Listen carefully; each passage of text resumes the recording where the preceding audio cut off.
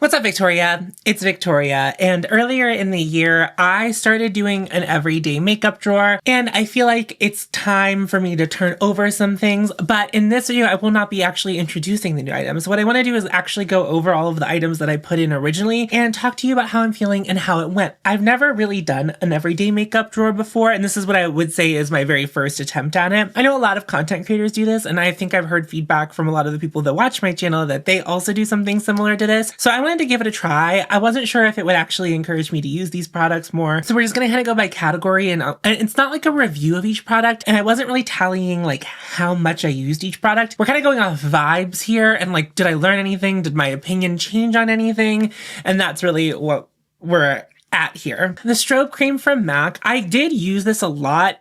It's cold in my room right now, and this product isn't thick whenever it's like at a normal room temperature, but when it is cold, it becomes really viscous and like hard to get out of here, which was a little bit annoying. I don't know that I've like used a ton of it, but it was always hard to get out, but it has been pretty cold in Pittsburgh. Like I said, my room is like the coldest room in the house, so temperature does affect the product that I have in my vanity. It's still not my favorite primer. It's not something that I know that I really want to keep around after using it very often in lots of succession. I still prefer my Victoria Beckham over this. I prefer the Merit Priming Moisturizer over this, but there is something about it, but I just do think my foundation always looks its worst whenever I've used this as my primer. Now, I've never actually tried using it as a like on top of makeup product to make things look more glowy. I'm not sure how well that would work, but I feel like it could be done. I feel like that's the thing people do with this. I don't tend to put primer on bare skin and just like wear that, but I think it would look pretty like that, but I don't know. I don't think I love this. I don't know if I'm going to keep it. That's kind of like where I'm at with it right now. The Auric Glow Lust actually came in handy. While I've been testing all of the products from Mob, I really liked mixing this in with the foundation from Mob, so this became quite handy in that aspect, and having it in the top drawer really did encourage me to use it as a mix-in more, and I used it as a primer a couple of times. I really like this product still to this day. I really do. It's just something that I had to like encourage myself to use. I mixed it in with my complexion product today, which we will talk about in a second, and I always love the like soft filtered glowing effect that it gives. I don't wear it much on top as a highlight anymore. I do think that this is a product I like to mix in if that foundation might look dry on me at that time of year. For example, I used the Prada foundation like once or twice over the past couple of months, and it looked terrible. That product specifically looks its best in the summertime. I love that foundation in the summer, but in the winter, it's like a no-go. It's like too matte and my skin doesn't love it. I don't know what it is, but in the summer, it's magical. In the winter, it's like my worst enemy. It didn't really bring that to life, but it was nice to have to like try some stuff with the Prada foundation because it wasn't looking great. I think I might keep it in my, everyday makeup drawer for the next round too. I'm not really close enough to like consider trying to pan this product with great effort. Like I get to this point sometimes with a makeup product where it's like kind of getting close and I'm like, okay, let's focus on that. And I don't feel like we're there yet with this one. So I pulled out two foundation products, the Surratt Dewdrop Foundation and the Lisa Eldridge. I think I used the Surratt a couple of times, but I mostly have been sticking to the Lisa Eldridge skin tint. And the reason I've been really sticking to this is because it does feel like I'm pretty close to the end of it, which is funny because I got this after the Surratt Dewdrop Foundation. I love the Surratt Dewdrop Foundation. It still is my favorite foundation. Like that's a little bit contentious at this point, but I still think it is my favorite foundation. So I like to use it for like when I really want to look good. I've not been wearing makeup out of the house very often recently. I just haven't really been like using it. I'm kind of at this point with my makeup that I really do want to start using a lot of it up. So I'm going to make an effort, but I'm much closer, I think, to finishing this. So I've been kind of focusing on it, not using it every time I do my makeup, but it's like kind of the thing I do reach for first because I'm almost done with it. So that's why I've been focusing a little bit more on that. But I have another complexion product that a lot of things changed with over the course of this month, and it is the complexion product I have on my face. So I only put one concealer in this little everyday makeup drawer, and it was the one from Surratt. It's the Surratt Dewdrop Concealer. This concealer was a favorite of mine for a long time, and then it's not my favorite anymore. And I think I'm almost done with it. There's not that much product in it, but somehow it is the gift that keeps on giving. Like I can't seem to use it up. So what I've done is I've taken off the sponge and I've been using it as foundation. So it is the foundation all over my face today. I mixed it with the Glow Lust, and it actually looks really good as a foundation. I don't recommend buying this to wear all over your face as foundation, but I think it looks pretty good. If I consider it a foundation, it's not my favorite foundation, but it's doable and I will use it up faster. So that's what I'm trying to do with it. I'm just literally trying to use it up because I'm kind of over it. I want to use all of my really, really good concealers. And I'm not always a proponent of like really focusing on one thing to try to use it up. And I'm really not a proponent of like not using the good stuff. I think like Linda from Glitter Fallout was like, using your good stuff is like the thing to do. This was like almost empty when I decided I really didn't want it anymore. And I'm like, I can use you up. It's just like, it feels like there's nothing in it. I like literally can't wait for the last click. I still like this product a lot, by the way. I think it's sounding like I don't like this product. I really do. The concealers that I'm not using right now, in order to use this, I'm like salivating at the mouth to try to get to use them again. Like I like really want to just get back to them. I love them. Like I can't wait. I can't wait to use my Victoria Beckham concealer again. I haven't used it like in a couple of months because I've just been using this up. I'm ready for it to be out of my life. I think anyone who's tried to pan something before, like when you're actively trying to pan something, it can sometimes get to the point where you're like, wow, I'm just so over this product. And that's kind of how I feel about the Dewdrop concealer. I put in the Chantecaille Eye and Cheek shade in the shade Ray. And is that what it's called? And I used it as bronzer. It's too warm for me as a bronzer in the wintertime. Like, unless I was doing some warmer looks, I felt like it looked inconsistent with like more neutral and some of my more cool tone looks. I have it on as a bronzer today. I did learn over time with this that I really prefer it just kind of like on the back part of my cheek, as opposed to like when I normally do bronzer, I kind of like, it doesn't really matter where it lands. Like I normally pull it down further, but I just kind of kept it up there for that. Still a really beautiful product. So happy to use it as a bronzer. Oh boy, for my highlights. This was actually a really helpful project for these highlighters. I really like this. It's a really subtle highlighter in my opinion, or you can build it up, but I like it in its subtle form. It is what I have on my cheek today. It's the Gucci highlighter in the shade 2 Frosted Lilac. And I really like this product. I love the two colors I have, but I still think I love Pink Opal more, Opal Pink, whatever that shade, the other shade I have is called. I think it's shade 4. I still love that one more, but I found this one very, very beautiful. I did pull it out quite a few times. Other highlighter I used way more than I was expecting was this one from Hindash. If you watch my channel, you know that I just already adore this formula, and I really love the shade Luna, which is a much more cool toned highlighter. And I wasn't sure if I was gonna love this, but I did learn to love this over time. Well, I saw Hindash use this highlighter on a cool toned look, and he was like, you could totally do that. And I was like, Hindash says I can do that. I'm going to do that. So I started doing that and I really like it. It's not so warm unless you really want it to be and you really kind of like go into that darker side. If I just swirl my brush in it and apply it to my cheek, it looks really natural. Oh, it's still my favorite highlighter formula for sure. It's just like the color I wasn't sure about, but I've used it quite a bit. Like you can see like there's just kind of like highlight dust everywhere, which I love to see in my products. I love to see me enjoying them. And I'm really glad that I can swirl in this product and put it on my cheek without worrying about it being too deep. As long as I'm not like really focusing on this side, it really works out. So very into that. I also have this very old highlighter from Pat McGrath. It's the Iridescent Pink 003. I did use this, which I feel like there's been many years of my career as a makeup wearer where I just like wasn't using it. It's one, the packaging is just so much smaller than a lot of the other cheek product packaging I have. Like it's just a little guy, right? And so in my drawers, I just think it gets lost, or I'll see the top of another product like the Hindash ones. I'm like, oh, I know that's a Hindash highlighter. I love that formula. Let me just snag one of those. I'll grab this over that because like I know I really love this highlighter formula and like I've just been so into it. But I did some like pinkier, like cool tone looks over the past couple of months and I did use this a couple of times. So it's still really gorgeous. It still works really well.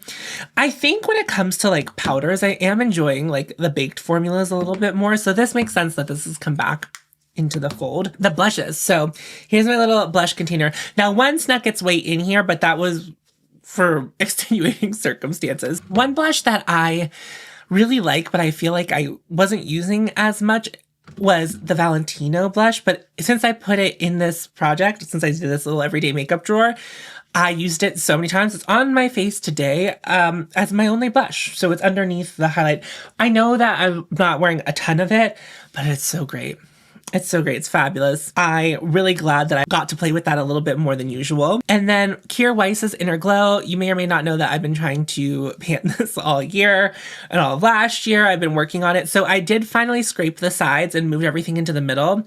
So now I have to like go through and hit pan again. But I'm glad I did that. But I would say I used this a little bit less in this project than I would have without this project, because I was really focusing on this last year. And I do feel like having other options really, I don't want to say distracted me in a bad way, but like encouraged me to play with those as opposed to it. But I still need to remember that that is like kind of my end goal for the year, is to use up Inner Glow. Barbapapa, I'm so glad this was in there because I did use this a couple of times. I think I used it the second least of the blushes that I used in this particular round, but I still loved it. And every time I applied it, I was so happy that I had it to use. It's a great, great blush. And then I have Mimi from Westman Atelier. I would say that I feel like I didn't use this that much. I still really like this, but I feel like a lot of brownie blushes came into my life as far as like stuff for testing.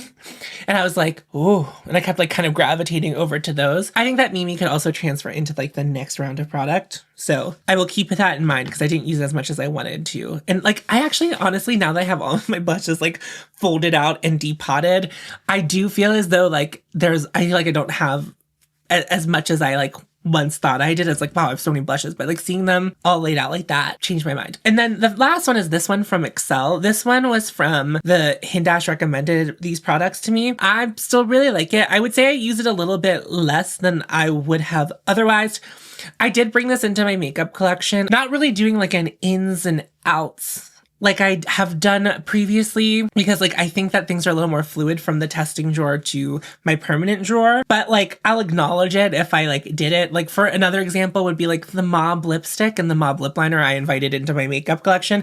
The rest of the Mob stuff is still in my testing drawer, but the lip products I really love. And I was like, well, there's no point of me having to walk all the way over to the other drawers if I just want to keep using them. Depotted it already. It's really great, but I just feel like it wasn't used that much, but it wasn't really in there to focus on. It was like I depotted it, and I think that this was already sitting on my vanity. I was like, I'll just throw it in there because I want to keep using it. And I really love that product as well. That is it for cheek products. No, that's not. The liquid blush in Barbapapa.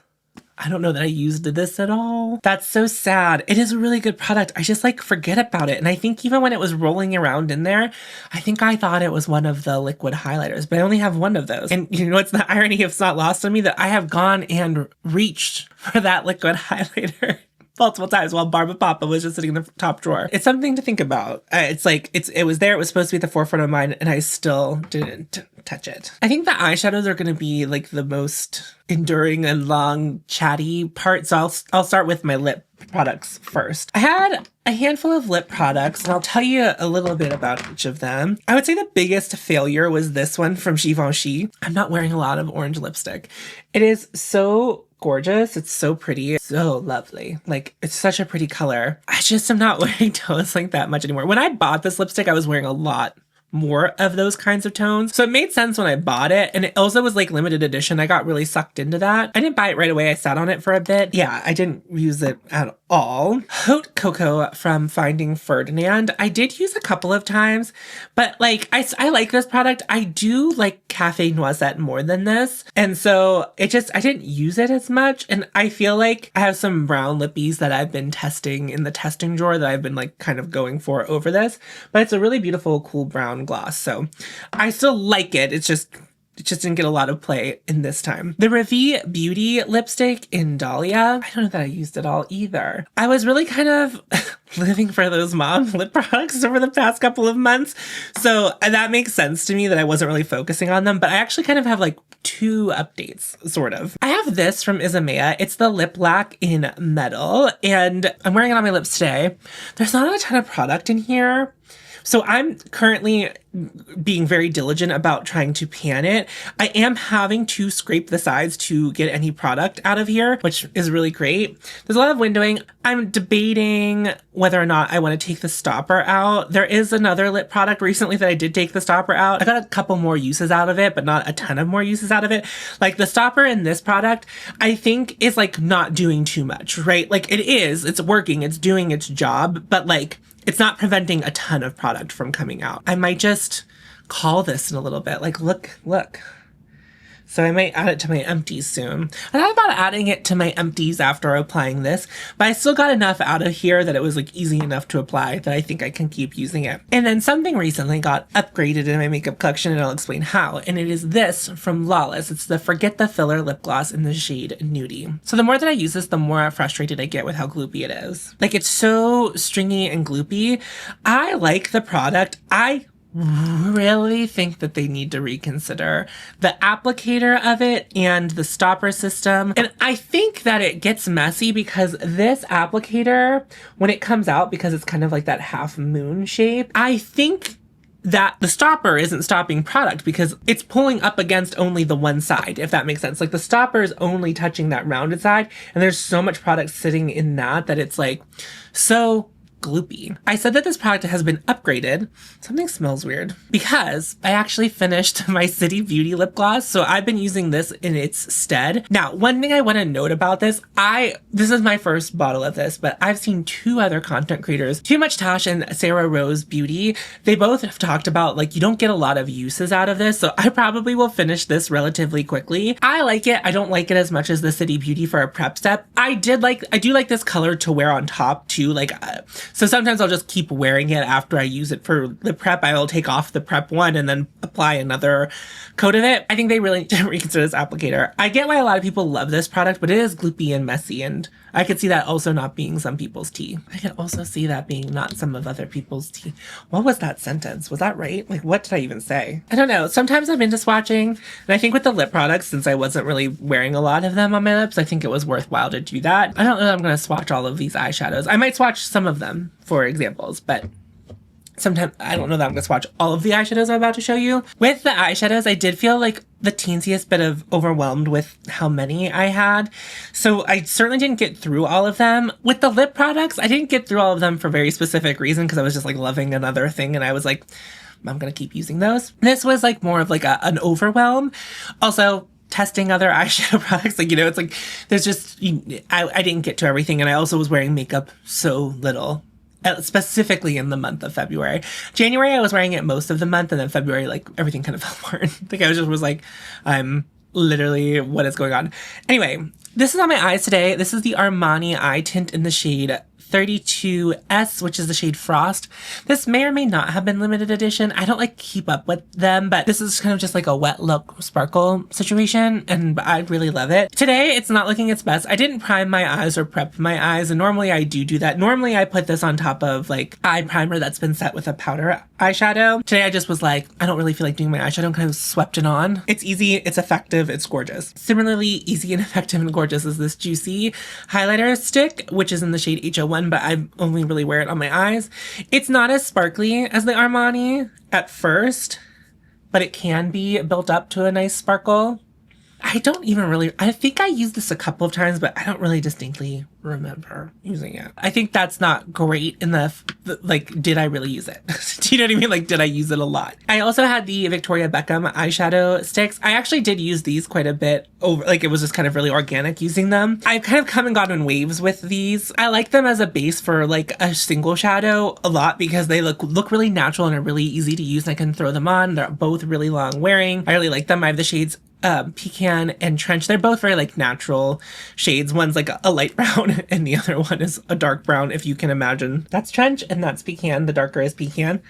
Yeah, I did use them quite a bit for like the base of looks, and I still really love them for that. They're really great for that.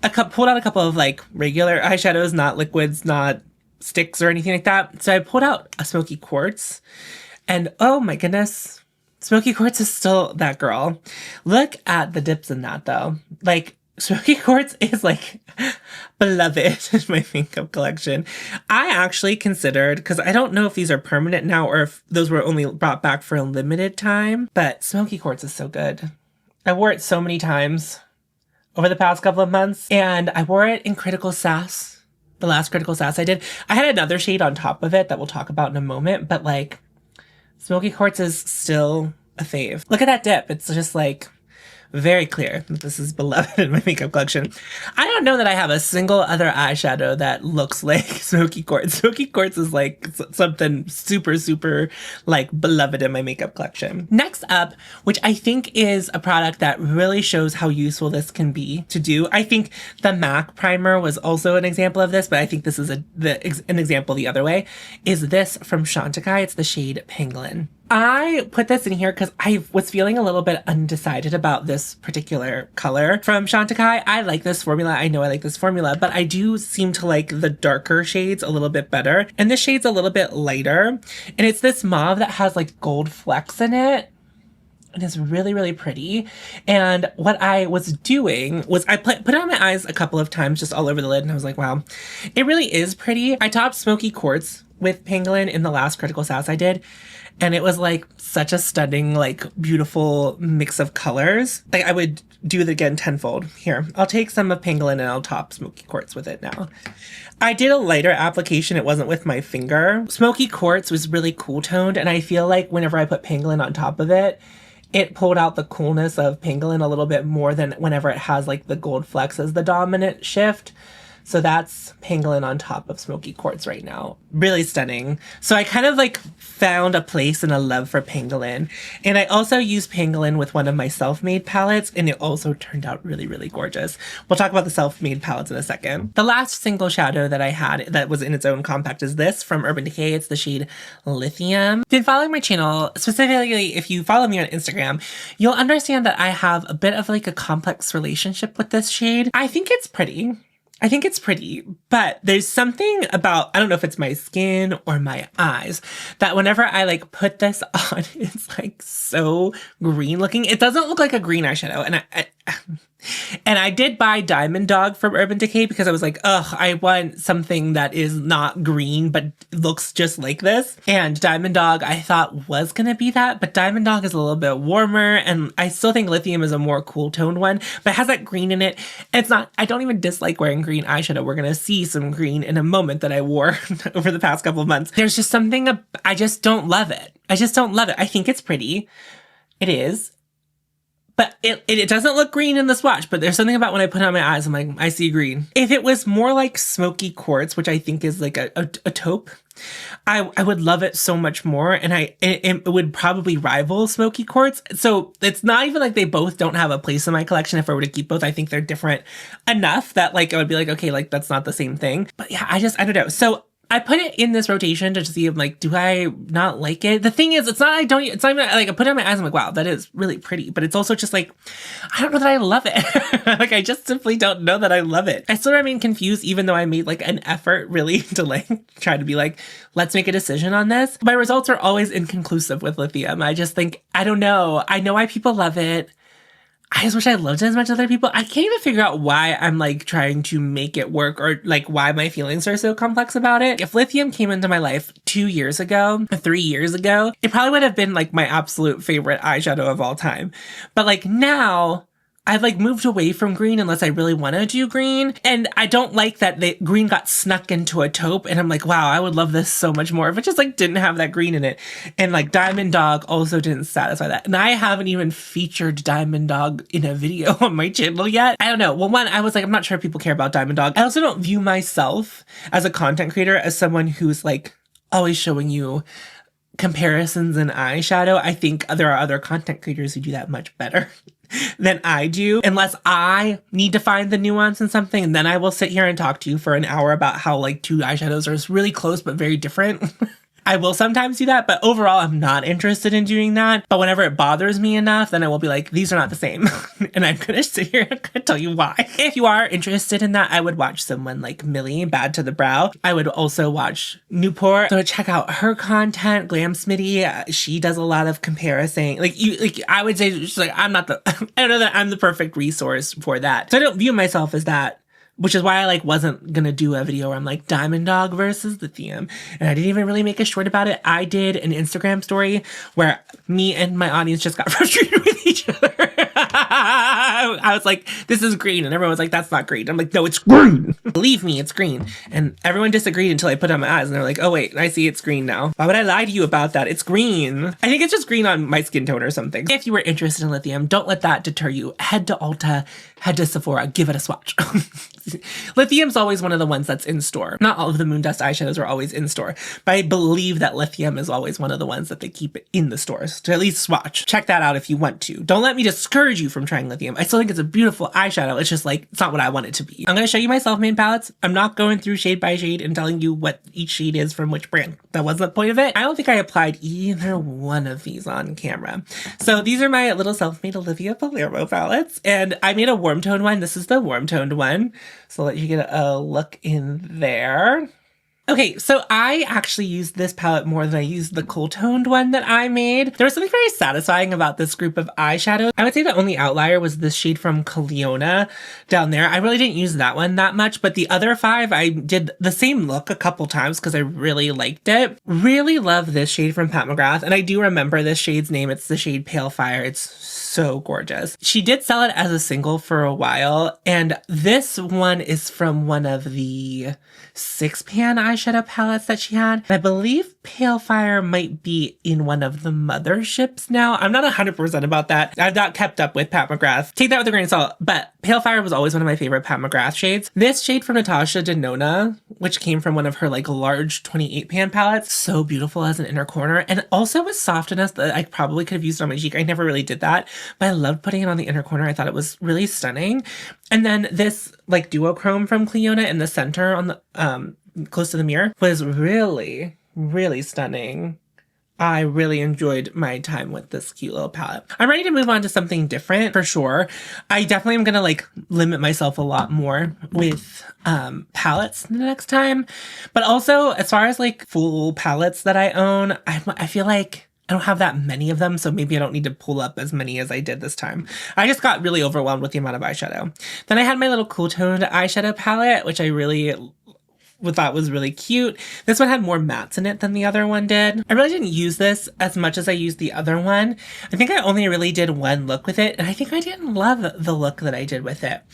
I think it was because I put this gray shade all over my lid, and I think I don't like gray all over my lid. I like it more like smudged or closer to the waterline. Yeah, I don't know. I just wasn't really super inspired by this once I like actually sat down to like put it on my face. I like just wasn't that interested in it. Finally, I had 2 full eyeshadow palettes. One of them was the one from Izamea, the industrial one. Now, in case you are like new to my channel and you also just realized that Izamea was at Sephora, I don't think Izamea launched any eyeshadow palettes with her collection at Sephora. The launch at Sephora like was really fresh. Anyway, but if you didn't know this already, Izamea like was kind of doing launches on her own as like an indie. Well, I don't know if she's like completely indie, but like this was the first launch from the brand. And I don't know why I'm like talking about it in such a fashion. But so I put this in rotation. This is always a palette that I feel like I want to declutter, and then I use it and then I'm like, I don't think I really want to declutter it. And wow, it's been really fun to play with this. I would say that of the eyeshadow things that I was like happy to put in here, much like Pangolin, it was so fun to have this in my rotation to use. I really feel like I learned more about it this time because like I can really do some looks with this that are like really chic and very simple, but like my brain always really wants to make it complicated. And like, I think that's partly the layout of its fault too, but like there's just some really beautiful shades that you can just smear on your eye. And this one, which it's not even gonna show up because it's like such a wet look. I don't even think swatching it would do anything, but you see how wet it is on the eye? It looks more wet than what I have on my eyes. It's just really pretty. It's really simple. And of course, I could just put this black sparkly shade all over my lid and call it a day, and it's really gorgeous. I also really enjoy this blue. I did a bronze look with it. I did some green looks with it. I really had fun playing with this again. It reminded me, as it always does every time I use it, like how fun this palette really is. It's just like, I feel like my feelings about the brand are so complicated. I think if I didn't do Critical Sass, that I would feel much less complicated about that. I probably would have not bought much from Izumaya after it still, but like, I feel like I'm always thinking about Izumaya's brand, which is like not my favorite. I hate that. And I got some messages whenever the brand at Sephora was launching, and I haven't done Critical Sass yet since that, and there will be a segment on it, of course, because I'm always thinking about Izumaya, apparently. Like, why are you asking my opinion? How have I become the Izumaya resource? I just talked about the first launch, and then I haven't reviewed anything since. Oh, well, I mean, okay, I did complain about them enough that they did send me one of their palettes in PR, and I was like, I don't care about this. So, I mean, I guess there is that. But the lip black was PR. They sent this to me, and I love it. So, egg on my face, I guess. And the final palette, which I didn't use at all, is the gold palette from Natasha Denona. A now discontinued, heavily sought after palette. I didn't use it at all. So this is a good example of my taste in makeup has really changed. I still think this is a great palette. I still think it's Natasha Denona's best palette. It's not her palette that I would use the most. I just think it's a real success in color and texture. It's just, I don't always wear these mustardy colors, these goldy colors, but there are some real banger shades in here that well, that's actually a lot. I did use a couple of the shades in here. I don't think I ever use it as a palette as a whole.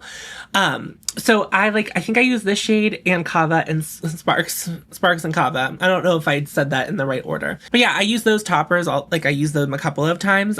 Now that I'm sitting here and saying it, I did use those a couple of times.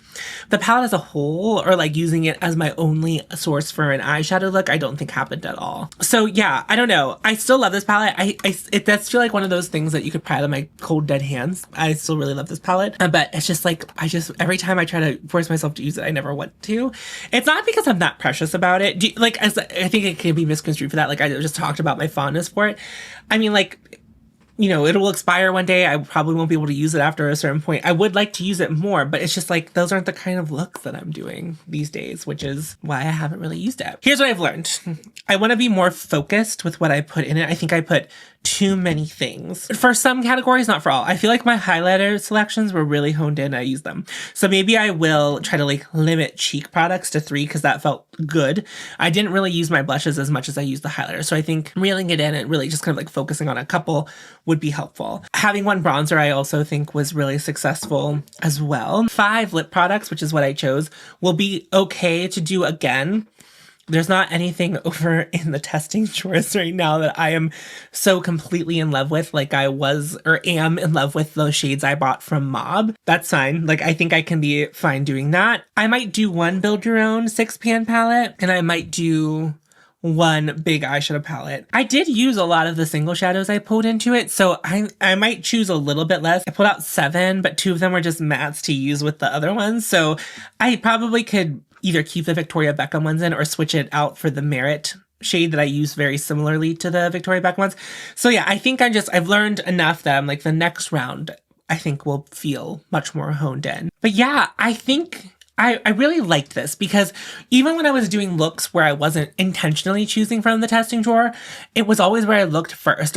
So if I was doing a look and I was using some new makeup, some old makeup, or if I was just doing a face of makeup I wanted to do, if I hadn't decided on a lip or if I hadn't decided on a cheek, I would open that drawer first to look there to see what I had up there and be is there anything up here that I wasn't thinking of that might be good? So I found this very fruitful for me to do. So if you have a large collection that you feel you don't rotate things through all the time, I would suggest doing this so that you might get your hands on it a little bit more, or just think about it a little bit more. Even though I didn't really use the gold palette, when I opened the drawer, I always saw it and I was okay, is there anything in there I could use? But I just think I'm still much more excited about single shadows and just the ease of use of a single shadow and the impact that a single shadow can have with just maybe a couple of mattes, just what one shadow can look like on the eye. I have been a little more playful, and I think having palettes was encouraging that. And I also think there's a palette that I really want to put in rotation for the next bit of time that I think will be really good at encouraging me to push my limits a little more with eye looks. Obviously, I will still keep some simple stuff in there for whenever I just want to throw on a face of makeup and feel really pretty. There's a palette that I've been itching to play with that I haven't, because I was I can put it in my next rotation. I think that's everything. Hopefully by the next time we do one of these check-ins, we'll have some of these products will be out of my collection. which would be pretty cool. Not cool because I don't like them, but just like cool because they got used up. Anyway, that's going to be it for me. I hope you enjoyed today's video. If you are new to my channel and you made it all the way to the end, well, thank you so much for watching. This is a lot of what I like to do on my makeup channel. I want to focus on loving my makeup collection first and foremost before making a new purchase. And I just want to help you and myself be more discerning in that process. I do buy things for review, and I also get things in PR for review. Talking about new makeup often bring new eyes to the channel, and that's why I like to do those. And I always try to be as honest as I can whenever I am doing those reviews, but you know, there's always some sort of bias in a review, no matter if the person bought it or they didn't or they got it in PR. There's just always going to be something. So I try to keep all that in mind when I'm discussing things with you. I'm on Patreon and I have channel memberships. You can find those linked down below. Over there, I do one additional video every month. It doesn't matter what level you join at, you will all get the same video. Just kind of like give what you want if you want to give, but if you don't or you don't have the money to, no problem. I'm so happy that you are here, liking, commenting, and sharing my content. It really helps me out. I have a pinned comment in there. There's going to be some links to help some people. There's going to be links to support people in Gaza and people who are recently affected by the wildfires in LA. There's also a link at the top if you want to take some action. This is a free action. As long as you have a phone with service. It's 5calls.org, and they are an organization that they put scripts together for certain things so you can call your representatives and be like, hey, don't do that. I know it's sometimes hard to have conversations without a script, so they're providing that for a bunch of different things that you might care about. The bottom link is for Sisters Pittsburgh to donate to them. They're a Black trans-led organization that helps trans people in Pittsburgh find housing and other resources that they may need. So if you could donate to any or all of them, please do so. I'm gonna wrap it up. That's it. Yeah, it's the end of the video. Sometimes I'd be talking. Just sometimes. Not for the last, I don't know how long this video is, but I've been talking for 55 minutes. So that's where I'm at in my journey of talking. So I'm done. And you're also done listening. Well, you might go listen to somebody else, or you could watch one of my other videos. I don't know, maybe one's popped up. I don't know. You could do that. Did you watch me build the drawers? Did you watch? You could just, it's only 10 minutes. You could watch me build some drawers. Anyway, remember to follow your hope. And you'll find me. I'll see you in a video very soon. Go for it. Turns out.